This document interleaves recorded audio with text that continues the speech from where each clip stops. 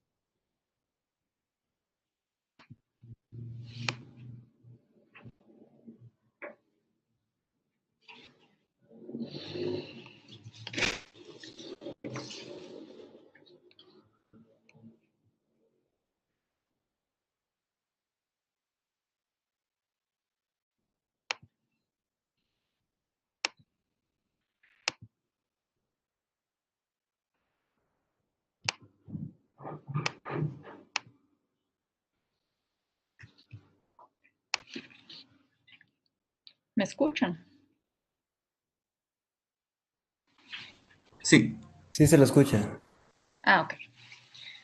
Entonces voy a empezar. Buenos días a todos. Empezar hoy al segundo día de esta presentación.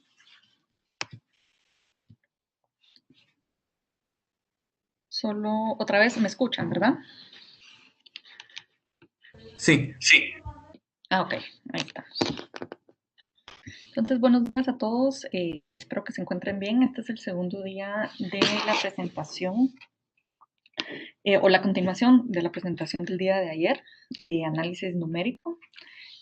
Creo que si ya formaron parte de algún otro taller o de de alguna otra charla, pudieron ver o conocer un poco de los modelos SIR y el modelo SEIR, que son modelos compartimentados. El día de hoy vamos a hacer un poco de énfasis en los conceptos que vimos ayer y ver ya cómo un caso más real o cómo estos métodos que practicamos ayer se interpretan en la realidad, cómo en casos del día a día y aplicados a como un ejemplo como este modelo, esos números que nos dicen, qué pasan, qué significan, cómo podemos interpretarlos o si alguien nos dice a nosotros este tipo de información, cómo nosotros manejar. Entonces, bienvenidos y vamos a comenzar. Entonces, solo para hacer un poco el resumen de vimos que las ecuaciones diferenciales se utilizan como el principio básico de un algoritmo para aproximarnos a una solución desconocida. Entonces vimos que al nosotros tener una diferencial y le aplicamos el método de Euler o el de Runge-Kutta, estamos aproximándonos a la solución real de una función. Podemos tener mucha información si nos acercamos mucho, si nos acercamos poco, dependiendo del contexto, del sistema de ecuaciones, de las variables, todo de eso depende, pero es importante recordar que las ecuaciones diferenciales nos dan información para un algoritmo básico, para aproximarnos a una solución real. ¿Sí? Dijimos que eran recursivas los dos métodos porque dependemos de los datos anteriores que aproximamos o calculamos para obtener los datos siguientes. Entonces, es recursiva, dependemos de esa información. Y aquí voy a hacer el enlace de hoy con el tema de hoy. La historia se repite. por decirlo así, es recursiva. Entonces, vamos a ver por qué la historia se repite y cómo esta información matemática nos ayuda a analizar la historia, ¿sí? Entonces, también el concepto de cambio, cómo van cambiando estos sistemas a través del tiempo, qué principios usamos y cómo elegimos ya sea la información que vamos a usar o los métodos que vamos a usar para digerir la información. ¿Sí? Entonces, vamos a empezar con una gráfica que les quería mostrar en donde es un resumen de todas las, ya sea plagas o pandemias que hemos vivido en la historia de la humanidad. Aquí siendo esta la plaga negra, que ha sido en esos años la más mortal de todas, y la comparación de otras dos, como la fiebre española, que históricamente es la más cercana a lo que estamos viviendo este año y a lo que está pasando. Y quiero que se den cuenta un poco de que el cambio que hemos atravesado en este año, bueno, no es nada nuevo y es algo que ha pasado y que si vemos, esta es otra gráfica de las otras pandemias o plagas o viruses que hemos pasado en la historia de la humanidad, que la historia se repite ya que vamos a ver este tipo de patrón. Va a volver a pasar, puede volver a pasar, no sabemos en cuánto tiempo. Los cambios se dan a través de la humanidad, son casos reales. Y cómo podríamos nosotros, y es un poco más el enfoque de esta presentación ahora, cómo podríamos nosotros estos métodos numéricos analizarlos para mejorar, digamos, nuestra trayectoria como humanidad a través de estos acontecimientos. Si se dan cuenta, estamos viviendo ahí 27,000, esos 27,000 casos de muerte para el COVID, pero estamos hablando que ese dato se tomó en la fecha de marzo, 27 de marzo de este año. Es de donde se tomó el dato. Y si se dan cuenta, ahorita estamos en noviembre, tendríamos que mover esta línea más o menos a donde está la fiebre porcina y la plaga del siglo XVIII. Entonces, esa es la realidad de ahora, ¿verdad? Cómo nosotros tenemos esta información, tenemos estas herramientas, cómo analizamos nuestros métodos numéricos para aplicarlos a esto que está pasando y, pues, de alguna manera tomar decisiones, mejorar lo que estamos haciendo como sociedad y que esas decisiones, como ya vieron también en otros casos o en otras charlas, especialmente en este caso de COVID, estas decisiones de modelos matemáticos dependen mucho de estas herramientas que uno usa, ¿verdad? Entonces, solo para darles aquí un panorama, pues ya de un caso real, cómo lo vamos a... Entonces, dice la biología no actúa de manera instantánea. Estos son los dos modelos que compartimentados se dicen porque son modelos, los grupos que vamos a estudiar se dividen en subgrupos del grupo total, ¿sí? Entonces, estos dos modelos ahorita son los que más se han hablado, que no sé si son los que más se han aplicado para el caso del COVID, pero también se han aplicado para cambios de poblaciones, ¿verdad? Voy a ser ahorita muy general, tal vez no tanto concentrarnos en lo que es cómo este es el específico con el que se ha analizado el COVID, pero caso general de un modelo compartimentado en donde tenemos una población susceptible, una población infectada, una población recuperada, que al mismo tiempo llega a ser también otra vez susceptible, o el otro caso que es el modelo SIR, que son los susceptibles, los expuestos, los infectados y los recuperados para que después otra vez lleguen a ser susceptibles. Entonces,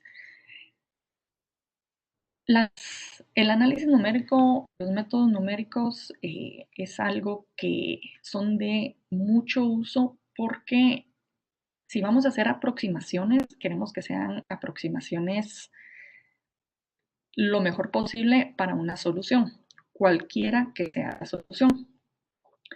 Aquí están viendo que en cada uno de los dos modelos tenemos estas variables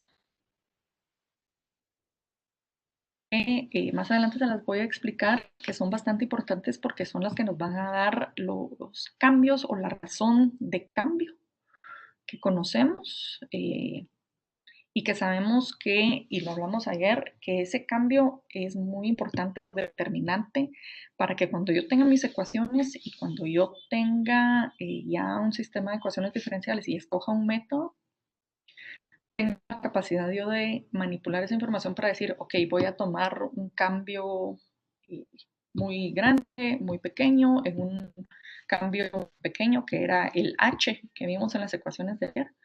Es mejor tener varios datos, entonces hago un h bastante, un tamaño de paso moderado, pero también lo podría hacer muy grande, eso me da error, ¿sí? Entonces, hoy vamos a analizar mejor qué es ese cambio en esas situaciones reales. Ok, entonces empecemos con el modelo de, es bueno, sencillo se le dice de los susceptibles, los infectados y los recuperados. Estas tres variables nos dan estas tres ecuaciones diferenciales y este es el sistema de ecuaciones diferenciales para este modelo matemático, en donde la razón de cambio siempre es a través del tiempo, ¿sí? Uno se vuelve susceptible al pasar de los días, puede uno volverse infectado, al pasar del tiempo puede uno recuperarse y ese cambio se va a dar a través del tiempo. Entonces no me voy a adentrar tanto en explicarles, bueno, enseñarles que este es el sistema de ecuaciones diferenciales para este modelo, pero me quiero concentrar más en estas dos variables que es beta, que dice mide la probabilidad de contagio, y alfa, que es la probabilidad de recuperación. ¿Por qué voy a enfocar un poco más de eso? Porque ahorita, más adelante les voy a explicar que en estas dos van a algo que es muy importante que se llama el ritmo de cambio. Y como bien repito, vimos que sea del método de Euler o del método de Runge-Kutta, el cambio que vamos o el paso que vamos tomando, a qué medida determina la precisión de mis datos, determina la información que tengo y la veracidad de algún valor real al que me estoy aproximando. ¿Sí? Entonces, estas son, así brevemente, las ecuaciones diferenciales para el modelo y vamos a ver más ahorita lo que quiero enfocarme, que es esto, que es el ritmo reproductivo básico. Entonces, vamos a asumir un caso hipotético, no necesariamente COVID, porque es cosa de todos los días ahora y creo que ya todos estamos un poco cansados de escuchar y creo que tal vez en alguna otra charla han hablado de epidemiología y como esto. Pero un repaso breve. Si nosotros somos persona 1 y tuvimos contacto con otras 3 personas, es muy probable, si yo tengo alguna enfermedad muy contagiosa, que a esas 3 personas pueden llegar a ser infectadas. Entonces, por lo tanto, una persona puede infectar a 3, ¿sí? Si esa persona logró infectar a 3, entonces las otras 3 personas, el siguiente escalón, que sería la otra persona 1, 2 y 3, y no solo personas, ¿verdad? Aquí podemos hablar de población, vamos a hablar de la población. esa siguiente población, si tiene contacto con otras 3 personas, eh, va a poder infectar a otras 3 personas, cada una, lo que hace un total de 9 personas.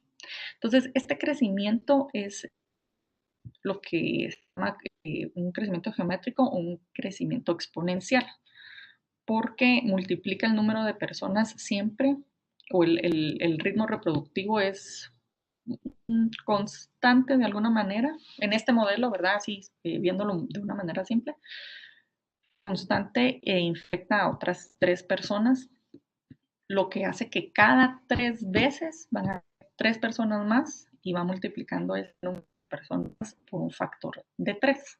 ¿Sí?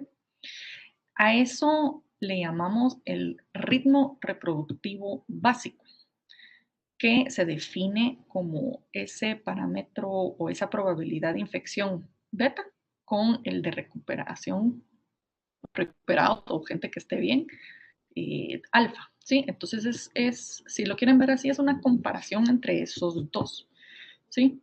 Eh, una por cada persona que está infectada, se, hay, decirlo así, 3 infectados o, diciéndolo de otra manera, por cada 3 infectados hay una recuperada.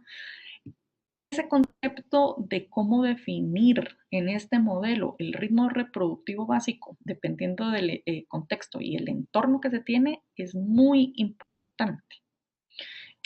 Como les digo, yo ahorita voy a hacer un análisis numérico de qué nos están diciendo esos números, no importando si son números específicamente para el modelo del COVID o de una enfermedad epidemiológica, sino más el análisis de cómo jugar con esos números para interpretarlos y saber, bueno, eso es improbable, eso es muy probable, esto puede pasar, esto no puede pasar, que es realmente el objetivo de los métodos numéricos, ¿verdad? Jugar con los números, ver esas tablas, comparar los datos y las aproximaciones para hacer conclusiones, ya sea verídicas, no verídicas o dependiendo del tema y del contexto, ¿sí?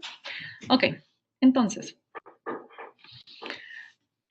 tengo otra vez aquí mi pirámide en donde se define el ritmo reproductivo básico. Y tengo 3 ejemplos abajo, pues bastante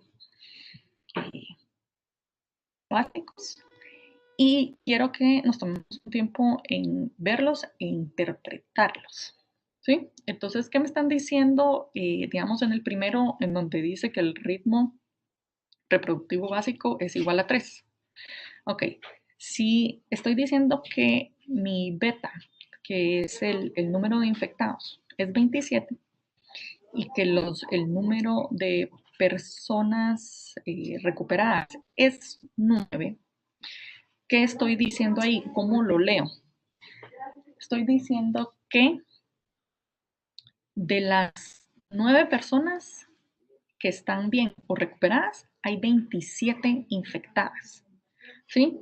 Lo que en un caso como el COVID no es una, no es una buena conclusión, porque ya sabemos que pues, enfermarse no es bonito, tiene sus consecuencias y es algo en lo que no tenemos ahorita pues medicina.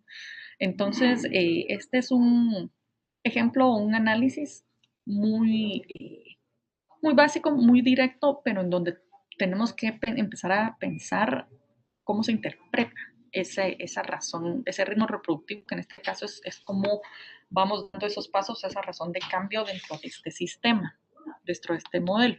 ¿Sí? Entonces, puede ser que este ritmo reproductivo del primer ejemplo aplique a otra situación, pero para ese contexto y esa situación, ¿qué significa ese número 3? ¿O qué significa que beta sea 27 y alfa sea 9, verdad? Que los infectados son más, son menos, es una infección bastante alta o no, ¿sí? Entonces, no me quiero concentrar en decir números buenos, números malos, no. Ahorita solo vamos a hacer el análisis de interpretar qué quiere decir esto.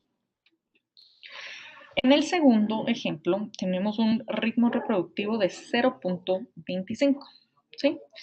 Cuando hice este ejemplo pensé en una, en una clase de niños de kindergarten, por ejemplo, en donde no sé si varios de la gente que me están escuchando han escuchado que muchas de las personas que tienen hijos de esa edad, cuando alguien se enferma en el aula de clases, es muy probable que se enfermen otros niños o que a veces los padres de familia forzan a que si hay uno infectado, pues en una familia que se infecten todos porque así salgo de ellos rápido.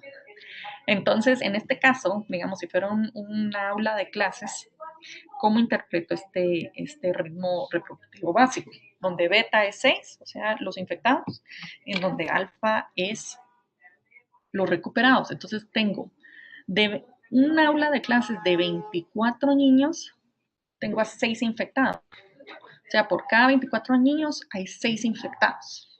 Eso me da una fracción, si la reduzco a su mínima expresión, de un cuarto, que es igual a un factor reproductivo de 0.25. O sea, es un número bajo, quiere decir que no todo, algunos se van a enfermar, no todos, pero es pues alentador saber que tampoco va a ser de los 24, 24 se van a ir eh, pues a su casa y enfermos, ¿verdad?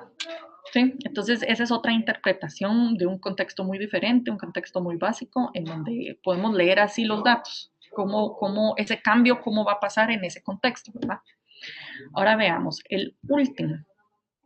El último es un poco parecido al primer caso, digamos que tengo más gente infectada y no muy pocos recuperados, lo que hace un número muy bastante alto. ¿Sí? Otra vez, dependiendo del caso y dependiendo del contexto del sistema, vamos a determinar eso es bueno, eso es malo, qué vamos a hacer, cómo interpretarlos. ¿Sí? Entonces, tengo aquí en rojo, si lo ven arriba de la pirámide, que dice el ritmo reproductivo básico tiene que ser mayor a 1. Eso no es una regla, sino lo puse solo para contarles o decirles que este parámetro, en donde el ritmo reproductivo básico es mayor que 1, es lo que si hay gente que me está escuchando que es epidemiólogo o que saben de esto, eso es lo que se considera que si ese ritmo reproductivo básico es mayor a 1, ya se clasifica algo como una epidemia. ¿Sí? Entonces, tengo dos casos aquí de los ejemplos que yo puse, dos epidemias y una que pues solo se clasificaría como algo contagioso, pero no una epidemia. Entonces, en los modelos que estamos viendo de epidemiología, si mi ritmo reproductivo básico es mayor a 1, ok, tengo ya sea problemas o decisiones que tomar porque estoy hablando de una epidemia. ¿Sí? Tengo más gente infectada que recuperada. ¿Ok? Entonces, esa razón de cambio en el modelo SIR, eso es uno de los números a buscar y a interpretar más básicos antes de resolver las ecuaciones diferenciales para saber la otra data, para decir, ok, ¿qué decisión voy a tomar? Este cambio es muy rápido, este cambio es lento, va a ser inofensivo, quiero que el cambio sea rápido dependiendo del problema, qué queremos, qué contexto tenemos y ese es el análisis que estamos viendo, ¿verdad? Ahora comparemos el otro modelo matemático compartimentado, perdón, modelo de epidemiología que es compartimentado que se llama SEIR, en donde la persona pasa por 4 estados, se le llama, ya no 3 como en el anterior, y otro factor que se llama el periodo de latencia que tenemos que tomar en cuenta, que ahí aparece en el ritmo reproductivo, y en donde tenemos que tomar en cuenta que el segundo estado, que son los expuestos, no necesariamente van a ser personas infectadas, pueden propagar la, lo que se esté analizando, ¿verdad? Pero no necesariamente ellos van a ser infectados. Entonces ya un nuevo estado de, ellos pueden pasar de no ser infectados a ser recuperados eh, y de ser expuestos a ser infectados. Tienen esas dos posibilidades. Aquí lo que más me quiero concentrar, bueno, tenemos una ecuación más para ese sistema, una ecuación diferencial más, que estas son sus ecuaciones. Y me quiero concentrar un poco más también en cómo o qué tenemos que considerar adicional al ritmo reproductivo, todos estos datos para tener un ritmo reproductivo de este modelo. ¿Sí? Entonces aquí tenemos que el periodo de latencia es ese periodo que esa persona expuesta, sea 5 días, sea 2 días, sea una hora, en esa población va a ser ya sea infectado o directamente recuperado. ¿Sí? Entonces, ese es otro factor que tenemos que tomar en cuenta para ese ritmo de cambio. Y ese ritmo de factor reproductivo, perdón, eh, nos va a cambiar y nos va a dar una mejor respuesta a, va a ser una epidemia, no va a ser una epidemia, es contagioso, qué tan rápido se propaga. ¿Sí? Entonces, el ritmo reproductivo de cambio es lo principal, la razón de cambio aquí principal que tenemos que ver y analizar e interpretar dependiendo de nuestro contexto y dependiendo de nuestro sistema para tomar decisiones, para saber qué está pasando, para saber qué hacer, todo, todo lo relacionado. ¿Sí? Ok. Entonces, la toma de decisiones en estos sistemas compartimentados, dependiendo de la población y su contexto. Regreso a la gráfica del ejemplo que teníamos ayer de las soluciones que encontramos de una ecuación dada, de la solución exacta, la solución que encontramos con las aproximaciones del método de Euler y la solución de las aproximaciones del método de Runge-Kutta de orden 4. Ahora, me voy a detener aquí y quiero que todos analicen y piensen en estas preguntas. Si yo calculo o uso el método de Runge-Kutta con el sistema del modelo SIR, es muy probable que tenga buenos resultados, que no tenga aproximaciones cercanas, que sí las tenga, puede haber algún error que haga en el camino. Si tomo Euler para un sistema un poco más complicado, como el de los 4 estados, el SEIR, voy a tener datos un poco fuera de la solución exacta o a donde quisiera yo aproximarme y llegar. ¿Eso es bueno? ¿Eso es malo?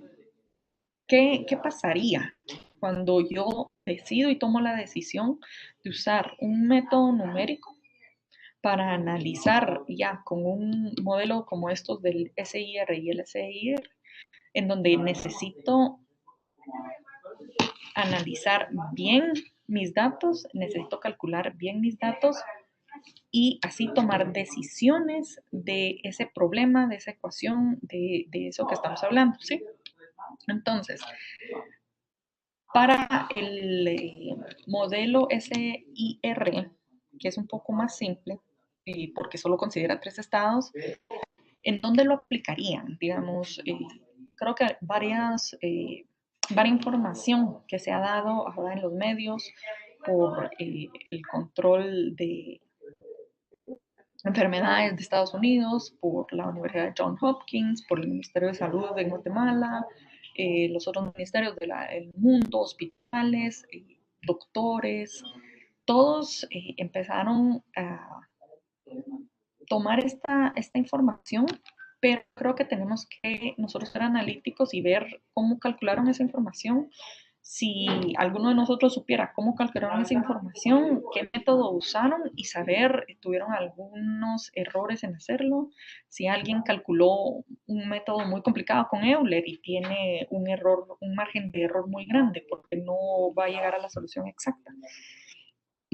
Esas son las preguntas que nosotros tenemos que hacer con el análisis numérico y con estos dos métodos, ya conociéndolos y saber que se aplican a la realidad y que cada uno de ellos sí tiene sus pros y sus contras dependiendo de dónde se aplica, en qué sistema, cómo.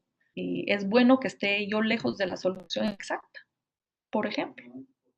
Es bueno que yo esté muy cerca de la solución exacta.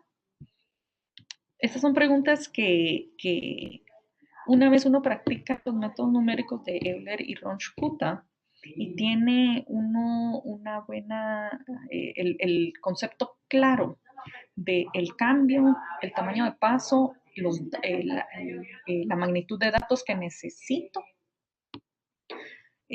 para hacer estos cálculos y para qué los necesito. ¿Sí? Pongo un ejemplo bastante hipotético y extraño, solo para que vean que estos métodos numéricos eh, son de mucho uso, son bastante amplios en dónde aplicarlos. Y si uno primero se hace la pregunta y después busca las herramientas, puede ser que algo que sea no muy factible con el método de Euler en su texto, sí puede hacer con Kuta, pero viceversa, ¿sí? Y el ejemplo que les pongo, que es bastante hipotético y extraño, pero que se puede usar porque lleva también un análisis numérico de datos, es si alguien está haciendo una película de ciencia ficción y quieren datos de que alguien se inventó un personaje que tiene un ritmo reproductivo de 50, entonces va a matar a toda la humanidad. ¿Cómo se ve, cómo serían esos números? ¿Sí? Es posible. Los números uno puede jugar con esos números para hacer sus propias conclusiones e interpretaciones, por supuesto, siempre dentro de un contexto, ¿verdad? No deberíamos de usarlos de una manera maligna, pero sí analizar de que esos números y ese análisis, quién lo hizo, cómo se hizo y por qué. ¿Sí? Entonces, por ejemplo, dijimos que el método de Euler se usa en casos más sencillos porque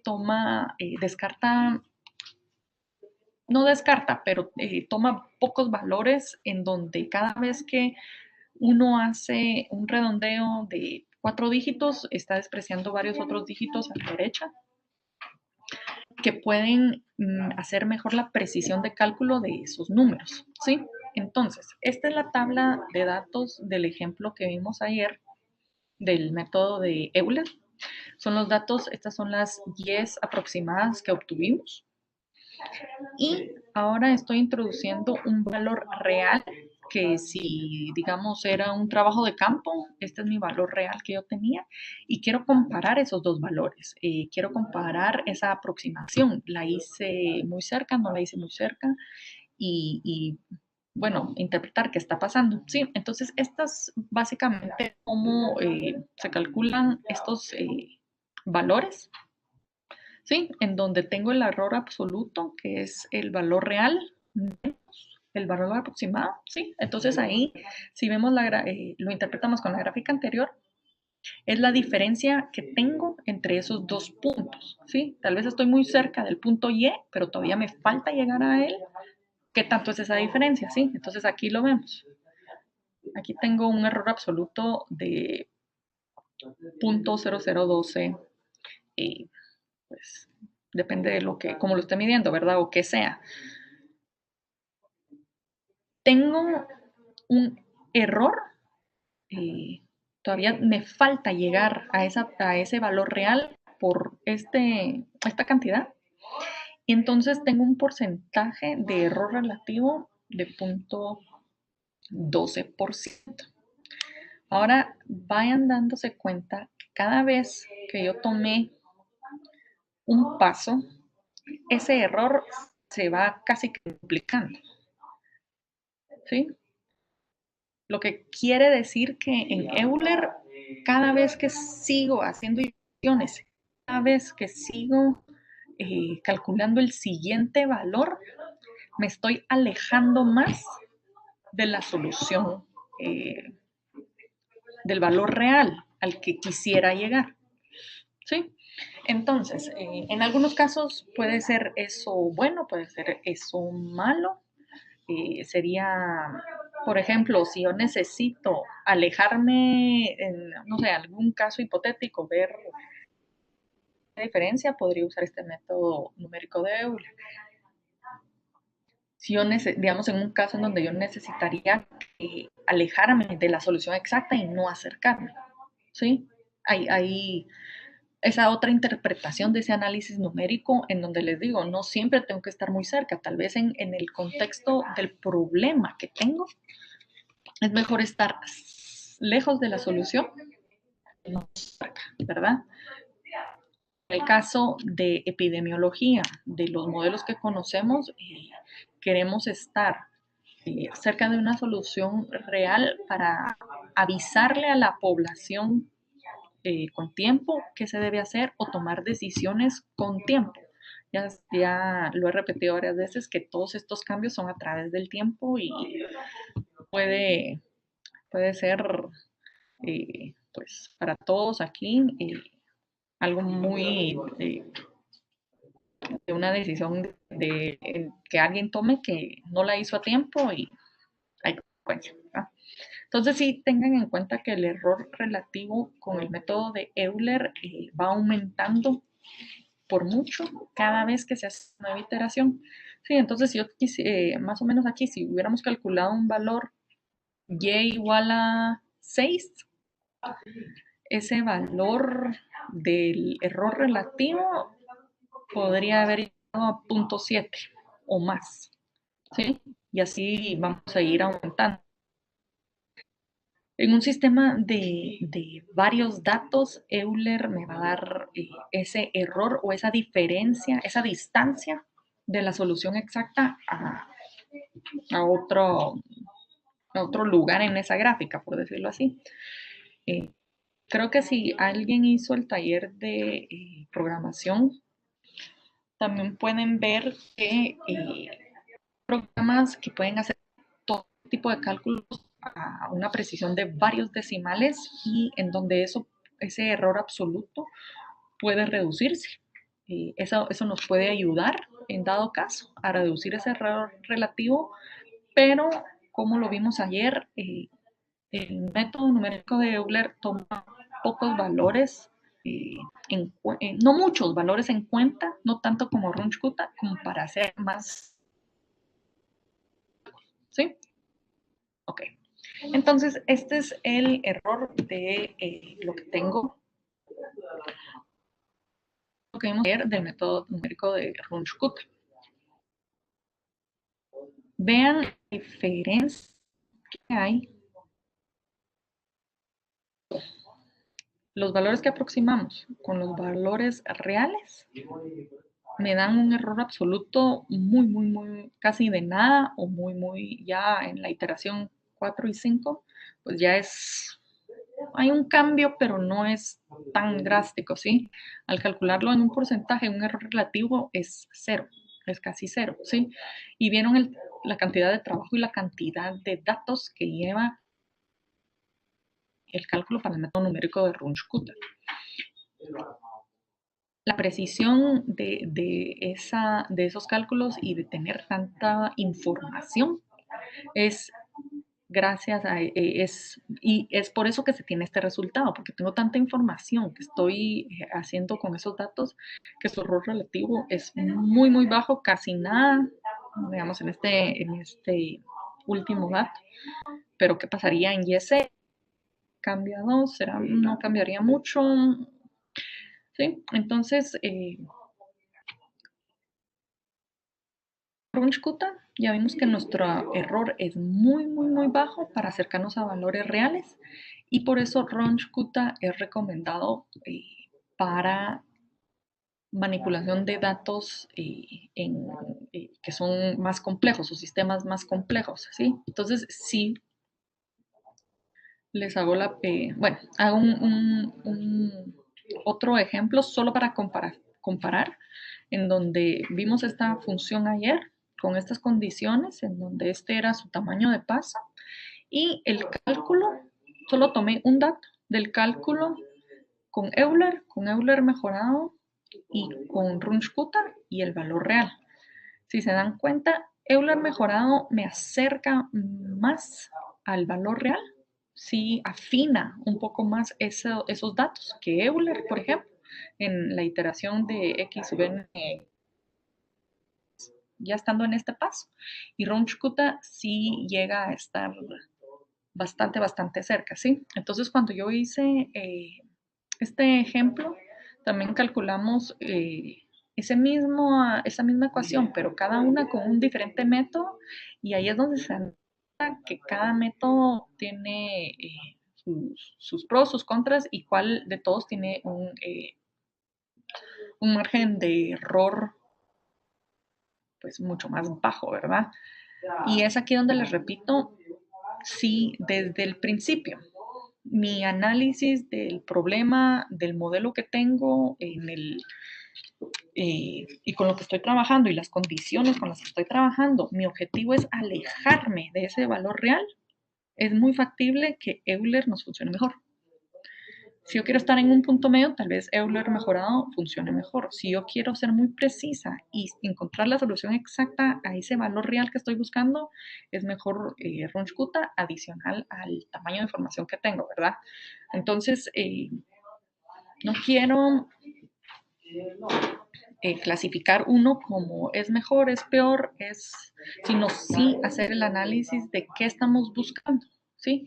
Como lo repito, en el caso de lo que nos está pasando este año como humanidad en el planeta, pues todos querían valores bastante reales y reales entre comillas porque no sabíamos cuál era la realidad y cómo pasaba, ¿verdad? Pero sabíamos que si teníamos un modelo de los que como el SIR o el SEIR, tal vez el más con precisión, el SEIR, escoger hacer ese cálculo con Runchkuta 4 iba a ser mejor para tomar decisiones, para saber qué está pasando y para pues avisarle con la gente, avisar con tiempo, ¿verdad? Tomando en cuenta el ritmo reproductivo que era el cambio que estábamos viendo, ¿sí? Entonces podríamos decir más o menos que aquí estábamos haciendo un tamaño de paso o así íbamos creciendo entre la función de 1.1 en el sistema de los modelos complementados, el SIR y el SEIR, el ritmo reproductivo podría compararse con esto, ¿verdad? ¿Qué tanto vamos caminando? ¿Qué tan rápido va a caminar? Nos va a llevar a qué valor, a qué valores vamos a obtener, van a ser altos, van a ser bajos, necesitamos valores con bastante precisión para tomar esas decisiones, ¿verdad? Entonces, hay que analizar la información de todos los ángulos. Esto me funciona para este contexto porque yo me quería alejar de la solución real, por eso usé Euler. A mí me funciona y quiero la más precisión para mis datos reales, tal vez que no conozco, o acercarme muy mucho a los datos reales, Runchkuta. ¿Sí? Y aquí venimos otra vez dándole un poco ahí sí que uniendo el círculo vimos los métodos numéricos de Euler y Runchkuta. Les expliqué un poco de cómo funciona el sistema compartimentado del S y el SE y R y el ritmo reproductivo o la razón de cambio para estos sistemas y qué implica. Entonces, somos una planeta bastante vasta.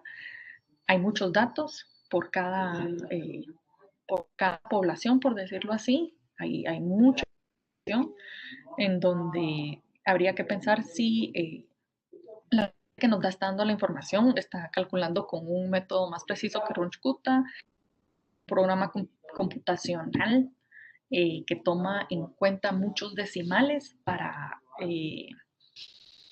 que no haya una diferencia de error, como lo pudimos ver en los ejemplos simples que hicimos ayer, en donde ya Runchkuta tal vez es algo despreciable, pero en donde si llegamos a un y sub n, donde n es 25, 25,000, 50,000, todos esos errores pues se van acumulando y qué tan precisas son nuestras herramientas y por qué las necesito que sean ya sea precisas o por qué necesito que sea algo más simple.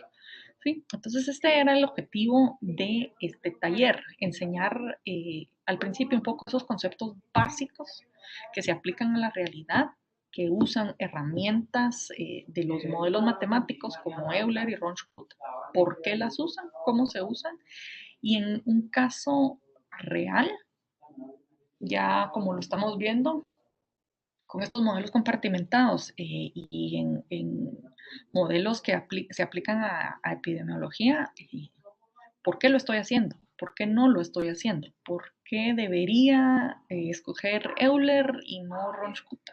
Porque me quiero alejar, porque me quiero acercar. ¿Sí?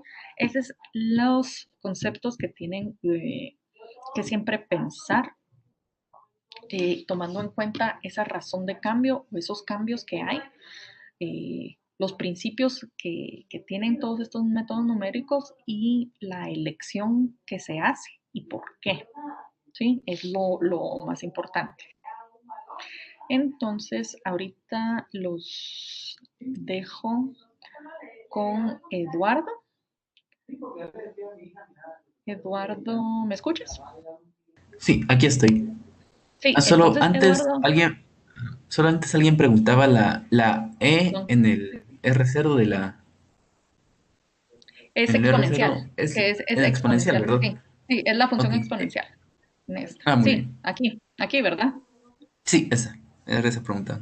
Sí, sí. Entonces, como ahorita les di pues el caso general de las aplicaciones de los métodos numéricos, pusimos este ejemplo, Eduardo les va a explicar este ejemplo de un Ujú. caso, pues, que es real, pero es muy diferente y qué métodos usó él y por qué. Adelante. Muy bien. El caso del que yo les voy a hablar aquí es uno de los casos básicos que usamos que usamos en física para aprender y practicar estos métodos numéricos, el péndulo simple. Una, Perdón, un- Eduardo, perdón, voy a ajá. dejar de compartir para que tú, si Ok, quieres compartir tu pantalla. muy bien. Muy bien, ahorita la comparto entonces. Ok, a ver.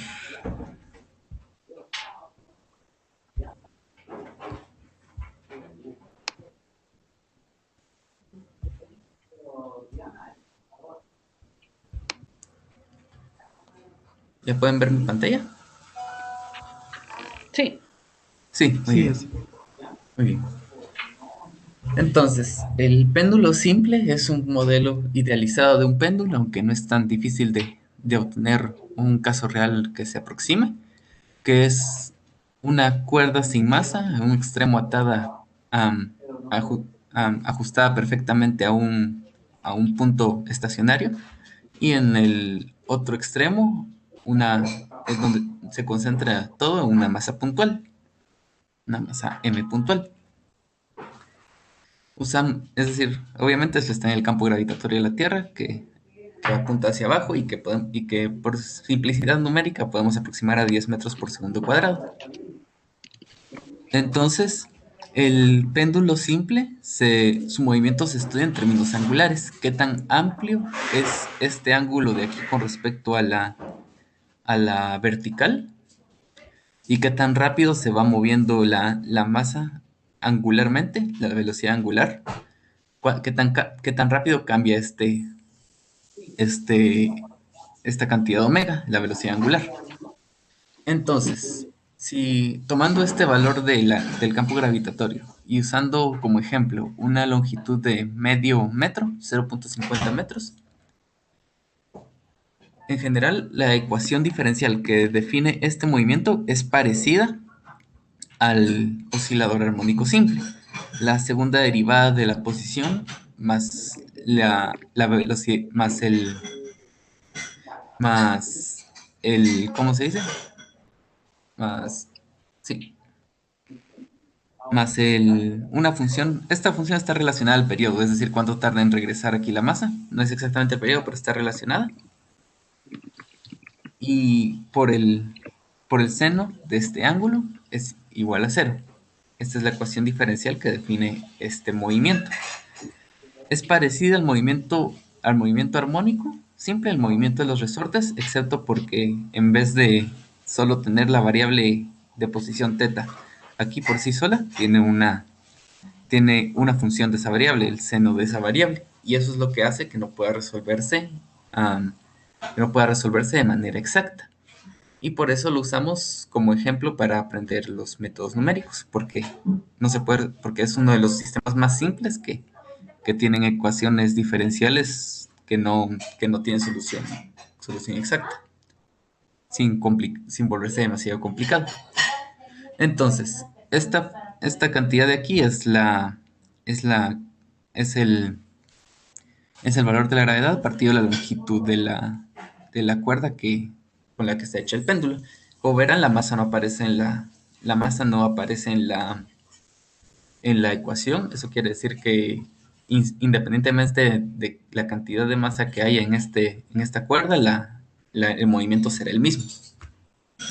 Para el problema voy a usar un tiempo inicial igual a 0, una posición angular en radianes de 0.80 radianes al inicio, yendo a una velocidad, es decir, yendo a una velocidad de 0.10 radianes por segundo positivo, es decir, inicialmente está a 0.8 radianes de apertura y va yendo hacia arriba, aunque no muy rápido.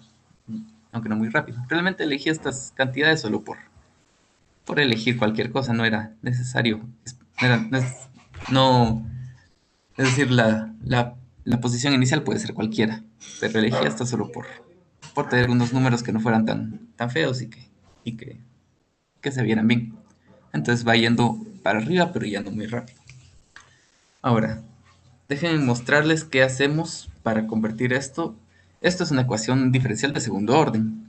Obviamente no podemos simplemente aplicar el método de Euler ni Euler-Schütte porque esos están hechos para el primer orden. Entonces les voy a mostrar qué hacemos para convertirlo en un caso en un caso tratable con los métodos numéricos que aprendimos. A ver, vamos a agrandar esto. Demasiado. Entonces, perdonen los dibujitos feos, pero... Entonces, ¿qué tenemos? Tenemos que la segunda derivada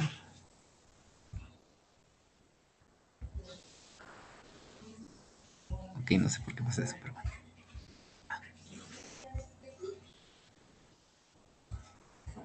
La segunda derivada de teta.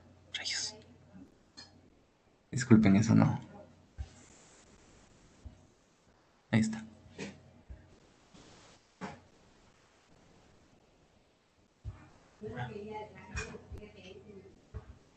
Ahí está. Okay.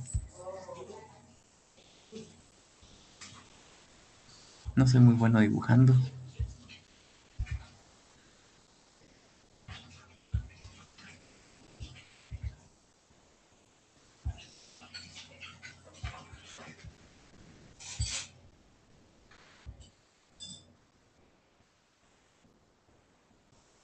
Saben que mejor hacemos otra cosa.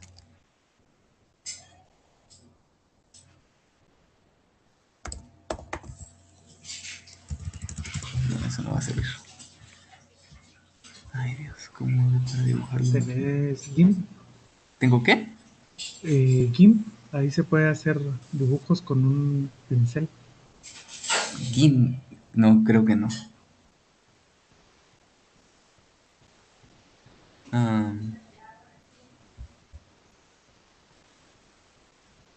Si no, querés que la cosa, si querés, comparto yo una aplicación para que de dibujo. Vamos a ver. Y vos me decís qué escribir y yo lo voy escribiendo. oh, muy Y bien. así lo. Va, esperamos que se vaya. Me desconecto entonces de presentación.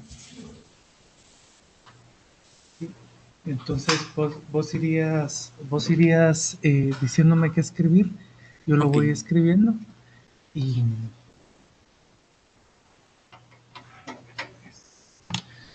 solo que, a ver, ahora y así ya quedamos. Esto.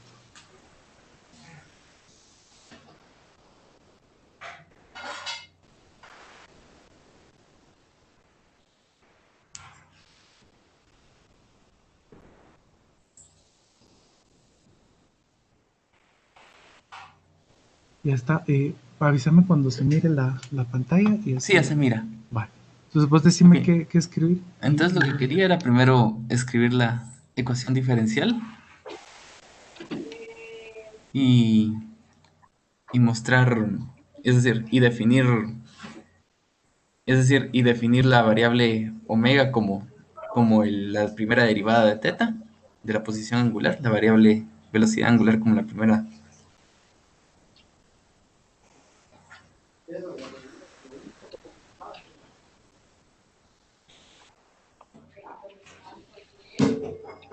Ajá.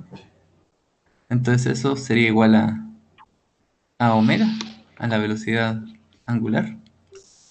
Entonces ahora tenemos que la derivada de la velocidad, que la primera derivada de la velocidad angular es igual a la segunda derivada de la posición angular,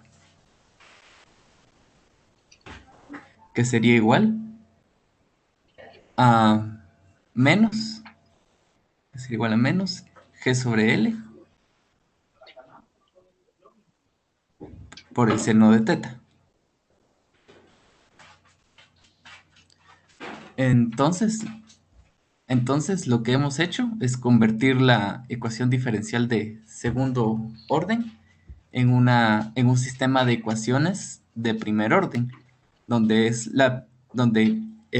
donde en vez de una sola variable tenemos un vector de variables. El vector es teta y omega. Podría dibujar eso, el vector teta y omega. Y la derivada de ese vector es igual es igual a la función omega, coma, menos por omega y menos g sobre l seno de teta. Espérame, repetime la derivada de. Es decir, tenemos el vector de variable, omega Ujú. teta, y la derivada de ese vector, Va. la derivada de Una omega coma variable teta. que depende de omega y de teta. Ah, así. No, es decir, la, la variable, la variable dependiente, es decir, en vez Es de tener la que, variable de... ¿Ah?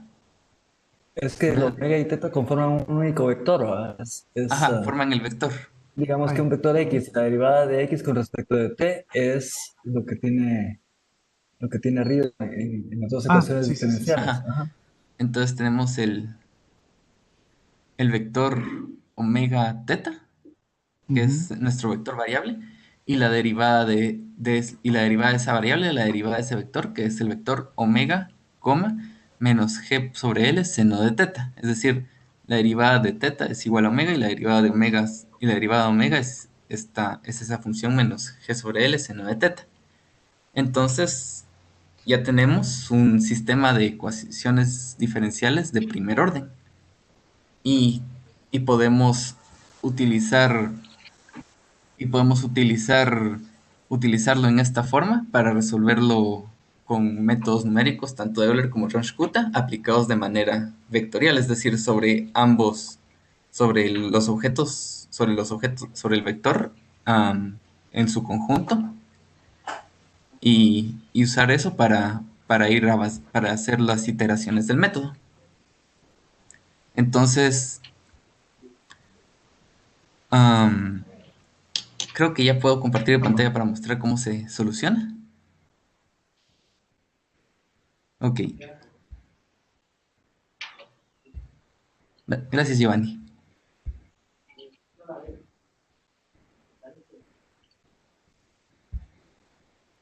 Entonces, convertimos esta ecuación diferencial en un sistema una ecuación diferencial de segundo orden en un sistema de dos ecuaciones diferenciales de primer orden y podemos resolverlo con los métodos numéricos. En este caso, G sobre L va a ser, por sus valores, va a ser 20. 10 partido 0.5, 20. Entonces, como les mostré ayer con, con los ejemplos, podemos usar una hoja de cálculo para resolver, para resolver este problema. Vamos a borrar todo esto para mostrárselos desde el principio.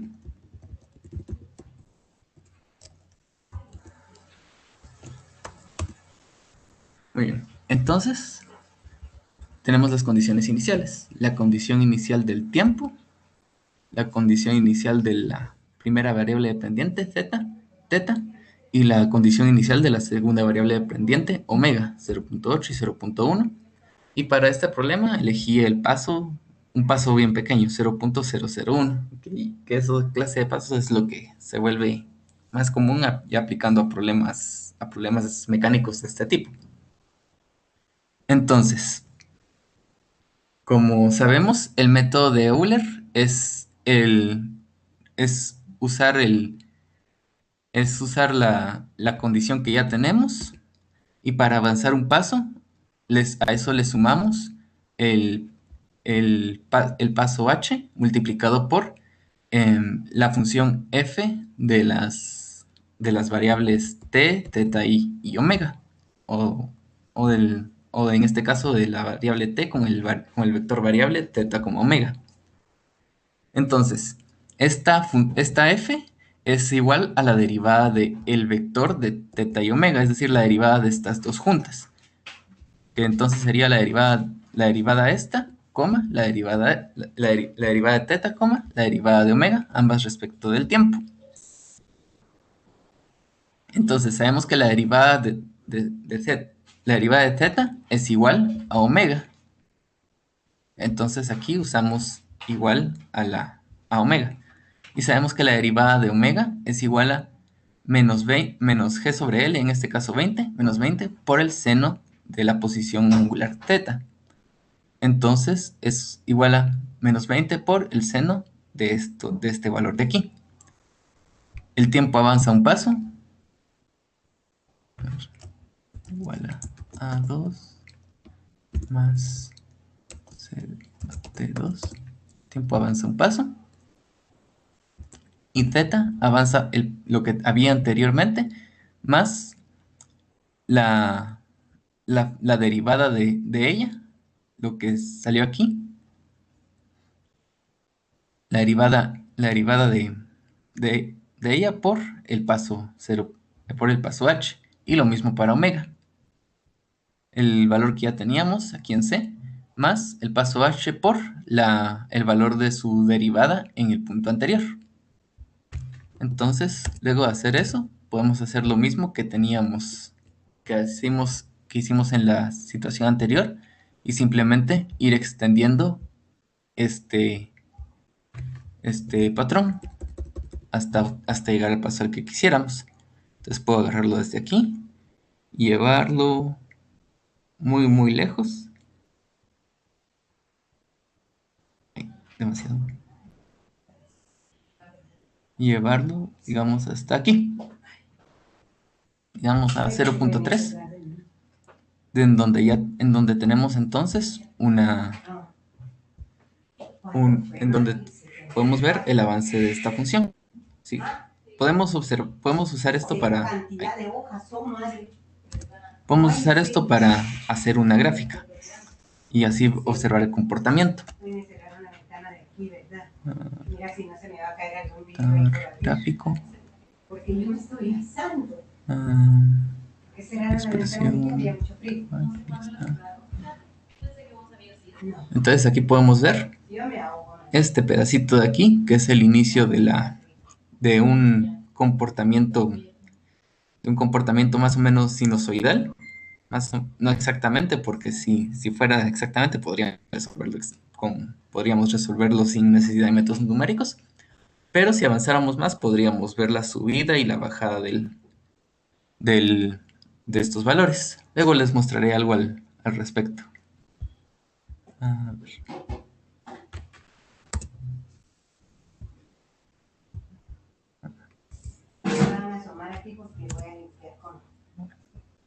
Vamos a guardar y vamos a pasar al ejemplo del Runge-Kutta. Entonces, esto mismo podemos hacerlo con el método de Runge-Kutta. Esto significa más trabajo. ¿Por qué? Porque si estamos trabajando con una variable vector en vez de una sola variable simple, significa que los objetos K1, K2, K3, 4 no van a ser solo números, sino que van a ser vectores, como se ve aquí. El K1 tiene 2 componentes, K2 tiene 2 componentes, igual para K3 y para K4. Entonces,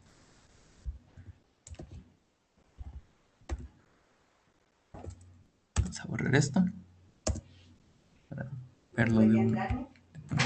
Sí, ¿qué otra? Eso te voy a contar que lo saque antes de que igual a D2.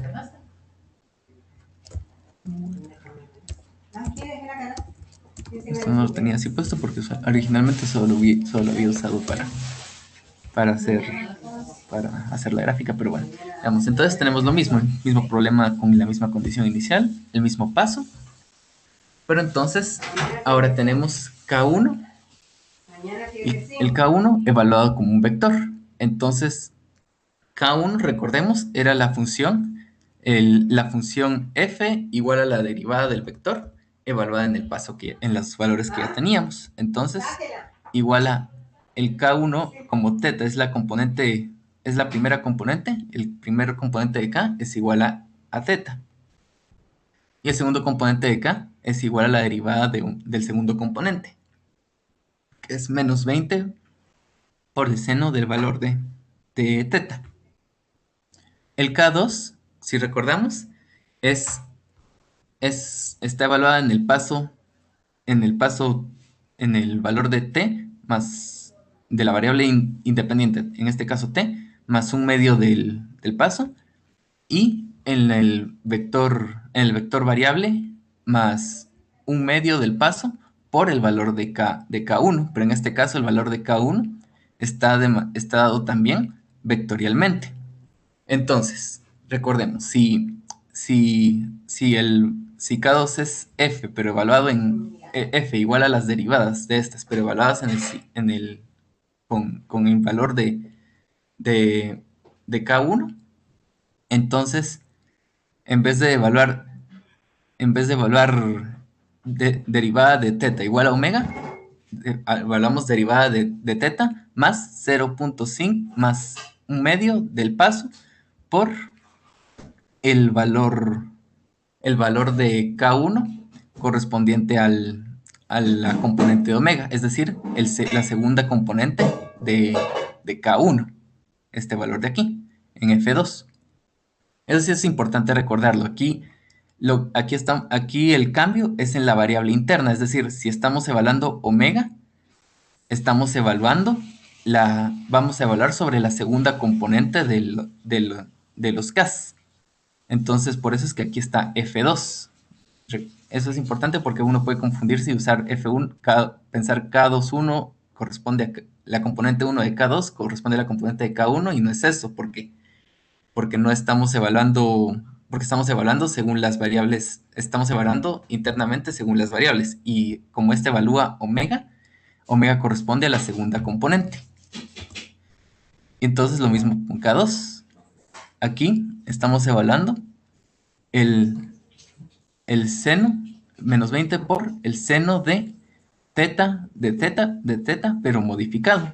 Entonces teta se modifica con el valor de como teta es el primer componente del vector variable, se modifica con el primer componente del vector K1.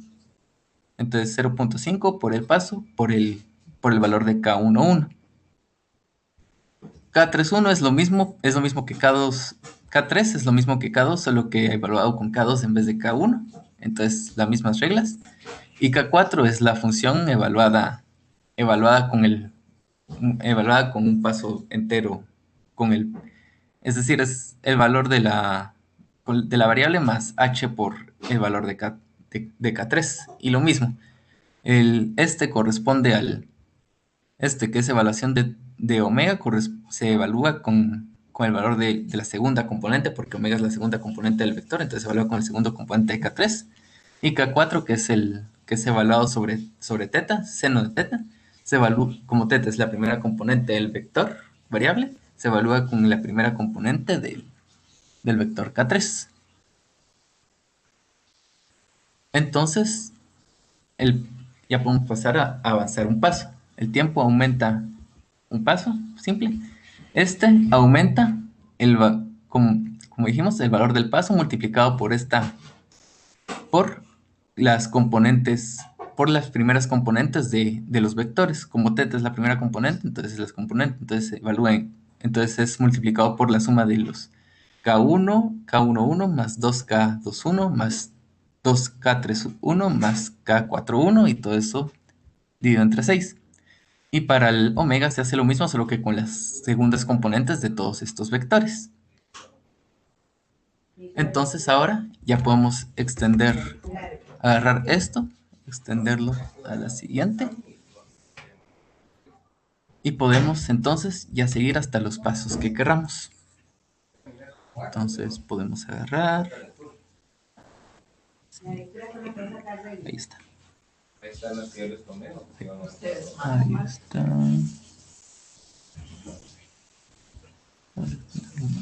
Ahí está. Entonces ya tenemos una solución para una solución numérica para este problema con el método de Runge-Kutta. Podemos también comparar los valores que nos da.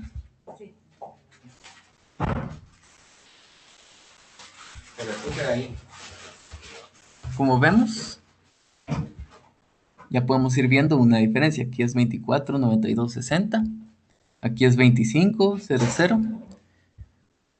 Como podemos ver, el error aquí no es tan grande, pero eso es porque estamos usando un paso muy pequeño.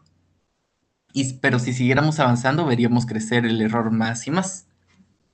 Podemos observar esto, si quieren se los muestro. Aquí tengo graficadas unas soluciones más. Bueno, primero si quieren el gráfico de aquí para que vean que es casi lo mismo. Insertar. Cancelar. Este no era el insertar correcto. Gráfico. Dispersión. Como vemos es muy parecido a lo que nos dio en el ejemplo de Euler. Es difícil notarlo, pero se pueden empezar a ver ciertas diferencias en el gráfico. La podremos ver mejor en estas gráficas que hice. A ver, aquí está el Euler. Y aquí está la gráfica. Estas gráficas las hice con datos sacados con Python. Aplicando el método numérico. Entonces, ¿cómo podemos ver el error? Aquí debió haberlo adelgazado, pero bueno. Si nos acercamos bastante a la gráfica, podemos observar que hay un ligero crecimiento de estos picos. Si lo notan, estos picos de aquí, cada pico está un poco más alto que el anterior, un poco más grande, un poco más amplio. El péndulo, nosotros lo sabemos, un péndulo simple si uno simplemente lo deja ir libremente y no le hace nada, no lo toca ni le aplica ninguna fuerza. Es un sistema conservativo. Eso quiere decir que al oscilar, sus oscilaciones siempre serán del mismo tamaño.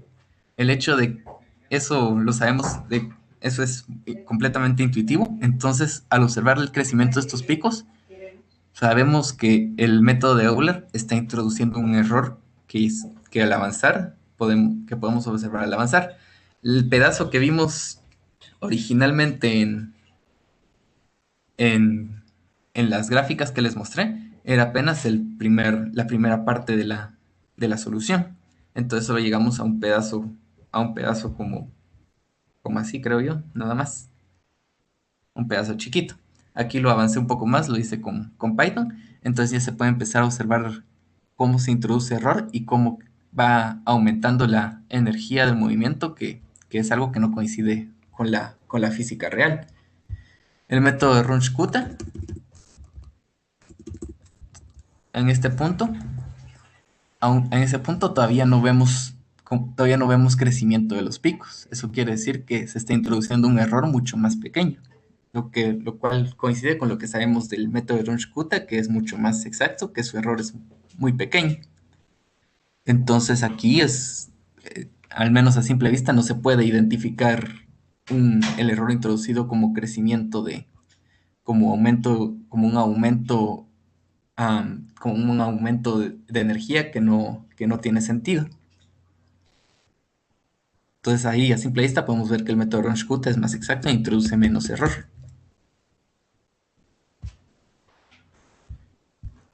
Eduardo, disculpa la Ajá, interrupción. sí. Solo, si se escucha, alguien podría. Yo sí te escucho hablar, pero me estaba diciendo Vivian que. Ah, no. Sí, bueno. No, pues, continúa, Eduardo, gracias. Ok. Sí, te escuchan. Aquí veo algunas preguntas. Aquí me recomendaban algo para dibujar de seguro. Sí, así como lo muestran en esta pregunta. Aquí pueden ver mi pantalla, ¿verdad? Pueden ver esta pregunta de aquí. Sí, aquí como lo especifica Juan Carlos, este es el vector que estamos trabajando. Y entonces trabajamos con la derivada vectorial, y la derivada de este vector es este otro vector. Como aquí nos preguntan, ¿es igual de válida la aproximación seno de teta para ángulos pequeños? Ya que sería sí, la aproximación de seno de teta para ángulos hacia teta, para ángulos pequeños, funciona para ángulos muy pequeños, es decir, de una teta máxima de 0.15 radianes, creo yo, algo así. Entonces, sí, ahí sí tiene solución analítica, ahí sí tiene una solución analítica y sirve para ángulos pequeños, pero si uno aumenta la amplitud, aumenta la energía del sistema, ya no se aplica bien esa, esa aproximación. Entonces, en esos casos ya no hay solución analítica, pero sí, para ángulos muy pequeños, sí se puede tener una solución analítica del péndulo, ya que seno de teta para ángulos pequeños es casi igual a teta, entonces queda un movimiento armónico simple normal. Y pues, ah, también la profesora Vivian dejó, no sé si agregó también unos ejercicios de práctica al final de la presentación, no sé si quiere que los dirijan eso también. Si quieres, lo puedes dejar ahí para que la gente nos está escuchando, pues los practiquen y comparen y hagan un poco de práctica de, de los métodos que vimos y Muy bien, que lo hagan por su cuenta. Muy sí, bien, para hacer esa práctica y que miren hoy que vimos lo de los errores, pues para que ellos analicen y comparen y tengan ese análisis numérico que. muy bien. Ujú. Profesora, yo había hecho un formulario de evaluación Ujú. de su taller. Había incluido la práctica de ahí, entre las preguntas sobre las respuestas, para que respondieran con lo de la práctica de ayer y lo de la Ujú. práctica de hoy. ¿Está bien si Ok. si Sí, se sí, los pongo? sí. Ok, primero les voy a poner el problema, ¿verdad? Sí. Siguen viendo mi pantalla, ¿verdad? Sí. Ujú. Entonces, la práctica de hoy es esta de aquí. Les voy a dar un momento para que lo copien o le tomen screenshot o como quieran para apuntar el problema. Es decir, habíamos usado, es prácticamente el mismo problema que habíamos usado para el ejemplo de Ranch-Kuta ayer, pero ahora lo vamos a le vamos a aplicar también el Euler y Euler mejorado. El mismo paso, mismas condiciones iniciales, solo que el punto final es solo 0.2 en vez de 0.5 y usarlo para calcular error, tomando como base el Ranch-Kuta como valor real y observar el error de Euler y del Euler mejorado en comparación con Roche-Kuta.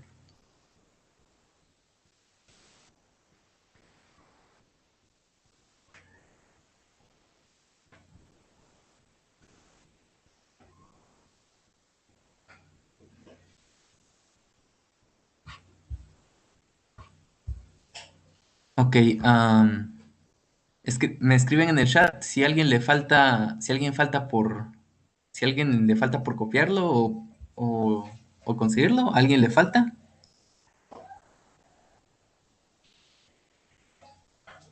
¿Todos ya tienen el problema? Sí, h igual a 0.1, igual que ayer. Entonces, muy bien, entonces les voy a dejar de compartir ahora y les voy a enviar los formularios. Y les voy a enviar primero el formulario de retroalimentación y luego el formulario de retroalimentación otra vez y luego el formulario del curso, el formulario de evaluación. A ver, ahorita se los envío.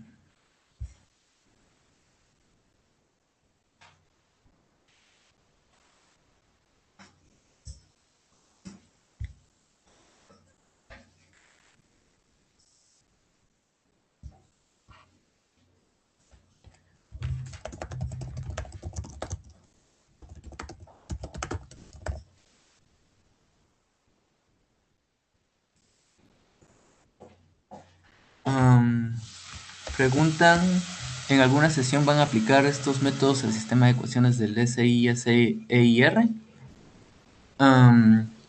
Pues yo no usé esos ahorita porque son sistemas de 3 y 4 ecuaciones, entonces hubiera alargado demasiado el ejemplo. Usé el péndulo porque es un sistema porque queda en un sistema de solo 2 ecuaciones que les muestra cómo usarlo vectorialmente, pero sin extenderse tanto. Pero es el mismo principio para los SIR y los SIR. Es solo que en vez de vectores de 2 componentes, estaríamos usando vectores de 3 y 4 componentes. Entonces los CAS también Giovanni, pasarían eso. No sé si Giovanni tiene Giovanni, algo que comentar al respecto.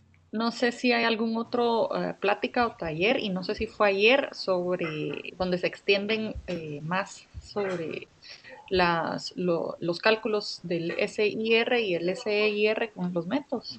Sí, vamos en los cursos creo que van a ser las introducciones para estos modelos. Ya Pedro terminó la parte de modelos em, deterministas, entonces allí vieron un poco la parte de solución.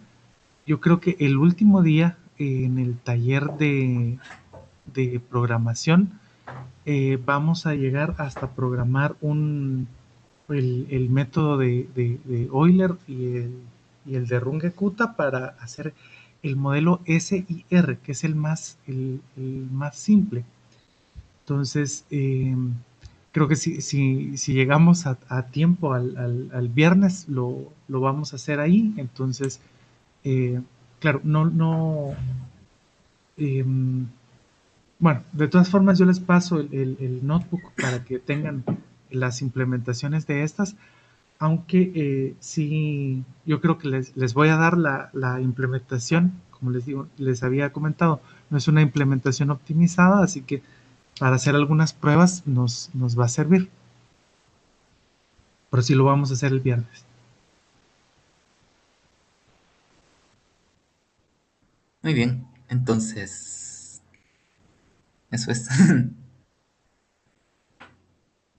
Bueno, eso era todo lo que yo tenía por decirles, creo.